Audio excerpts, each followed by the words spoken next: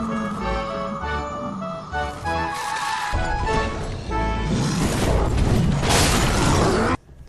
guys, Scrublord here, and welcome to another episode of Scrub Souls. In this episode, we're going to be taking a level 1 character through the Corvian Settlement, through the snowy whatever plains where all those guys are, and then we're going to take on Sister Friede and Father Ariandel.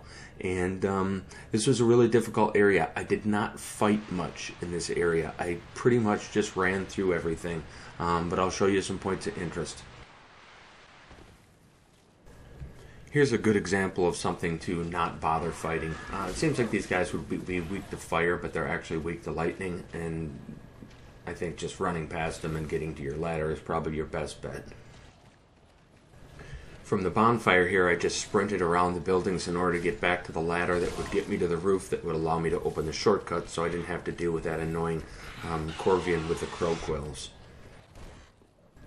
There were a few items and weapons around that you can go ahead and go pick up, but I didn't find any of them terribly useful, so you might want to just head straight for Wilhelm. One particularly irritating waste of time is to go down here and try to get this Corona miracle. The best way to do this is to just drop on these guys. They are quite weak to lightning, so you can take them out, but I died several times trying to get it, and I'll never use it anyway. Sir Wilhelm is a real pain in the ass at level 1, but he's tethered to the chapel or whatever this area is, library, something or other. So if you drag him out of here, eventually he'll just try to walk back to it. You can, if you don't feel like cheesing him, he is parryable, and that's how I beat him my first time through here.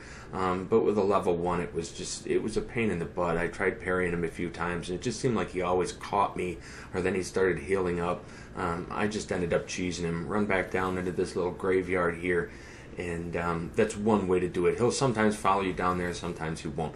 But at any rate, you can see he seems tethered, and at times doesn't seem too interested in fighting you, in which case you can just wail on him like this until you get him dead. And after a few minutes of cheesing him, I get him in kind of an awkward situation where he's trying to retreat, and I'm able to backstab him.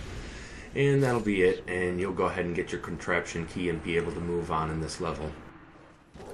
There was really only one item that I wanted in this snowy area with the dogs, and that's the follower torch, and I didn't really care if I died because I wasn't going to come back this direction anyway, so I just grabbed my torch and took my lumps. After I had my torch, it was just a mad dash to the shortcut by knocking down the tree, and then of course getting into the bug room in order to open the shortcut to the Ariandel Chapel. There's really only one item we need down there too, or that I needed. I didn't bother with a pyromancer. I didn't bother going around picking up all the different items. There was just one armor set that I did want from there. So once I made my way into the bug room, I went and grabbed Wilhelm's set, which is actually quite nice. It is good against fire, and it's good against dark. So you really want to pick that up if you plan on wearing armor. In the Sister Friede boss fight, that's a good armor, and I think they probably put it here for a reason. So go ahead and find the crank that opens up the boss room, and I guess we're ready to take on Sister Friede and Father Ariandel. At this point, you should probably go ahead and make a save file. I don't know what's going to work for you. I didn't know what was going to work for me, and I tried several different options. So if you make a save file back in the file link, you can maybe play around with things, upgrading different items. Do you want a lightning broadsword? Would you rather use the Dragon Slayer axe? You've got a finite number of upgrades, particularly slabs. So just go ahead and make a save file here on a thumbstick, and then you can revisit it if you decide you're going to change up your strategy. I made a shorter video that's just the boss fight, so if you want to hear me talk more about the strategies I was using and the equipment I was using and stuff like that, go ahead and check out the shorter video, because I think what I'm going to do here is just go ahead and turn up the volume to normal levels and leave this one blank. You can just watch the fight.